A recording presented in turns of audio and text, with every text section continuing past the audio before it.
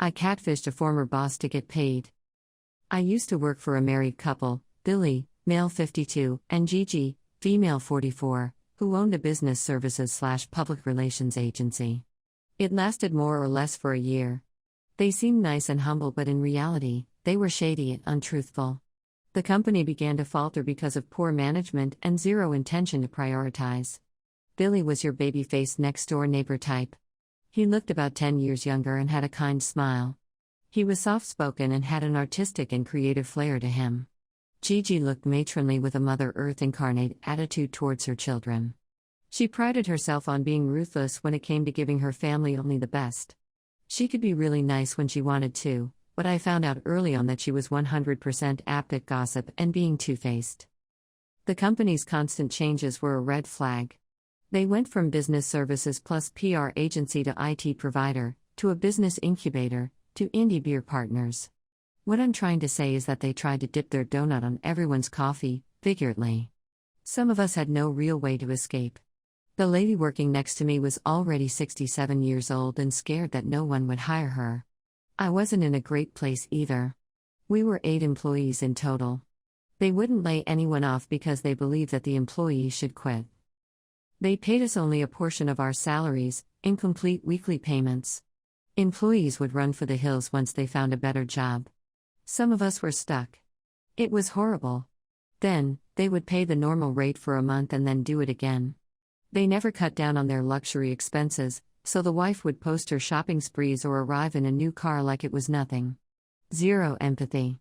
Very insensitive. The husband was obsessed with making it big time. So much, that he sometimes failed to see an opportunity right in front of him. He said he was Coca-Cola's brand manager. I swear I looked it up and could never find any reference. Gigi had a display full of small local magazines, mostly about design and architecture. They were very proud to be a team member, but in reality, they just helped them print 2 issues. They wanted big business only, but in the meantime, looked down upon tangible potential clients. Like the young Latino couple who showed up trying to learn more about their services. They seemed lost because they wanted someone to help them set up a coffee business, and had no idea how it was done. I talked to them and helped them into the waiting room. They even showed up with their baby in a stroller. That means they must have driven by and decided to come in. An impulsive client should be retained. The guy said his grandpa had a farm and he wanted to create an import/exports company. Once Billy showed up, he listened for a bit, then kind of gave them a kind of an abrupt dismissal. That was a dick move because that couple opened their own business with someone else and he can have a FB page. It could have been Billy. Billy lined his office walls with posters of Steve Jobs and Elon Musk. His wife, the chief enabling officer, put up signs on each room. The main employee area was the machine room, Billy's office was the chamber, the conference room was a meeting of the minds.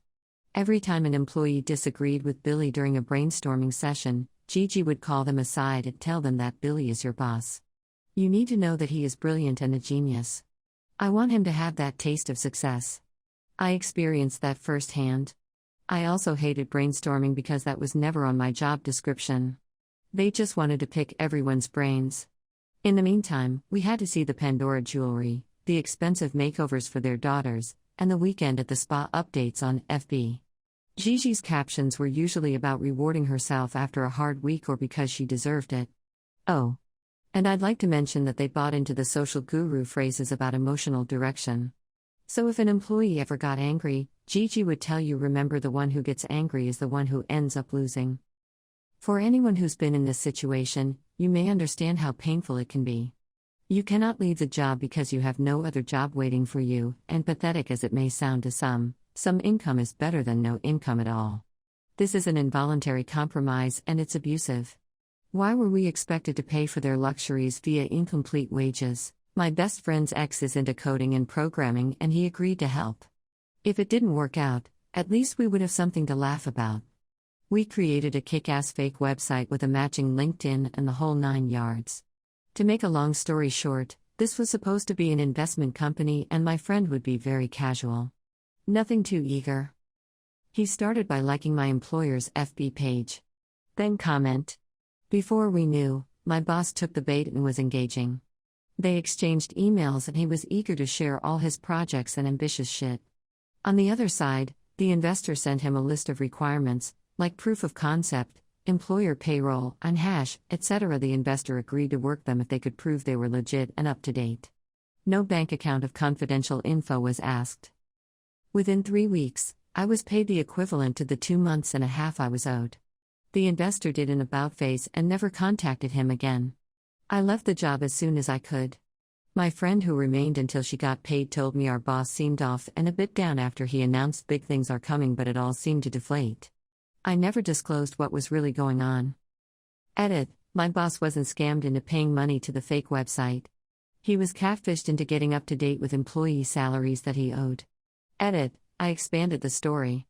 Edit: for anyone who doesn't understand the story, no money was paid, asked from, or wired from my boss to the investor. We baited his greedy character and told him that if he could prove everything was in order, the investment would happen. This included the payroll. No confidential info was asked nor offered, seen or reviewed. He paid everyone what he owed them. The payment was made to each worker as normally. No one stole money via any website. He just made the diligence. Numbers and what we asked are not confidential. Hey. I love you. Thanks for watching. I hoped you enjoyed this Reddit audio story. It would mean a lot to me if you could like and subscribe, or better yet, leave a comment about one of the stories. Thanks, and I hope you have a wonderfully fantastic day. XOXO.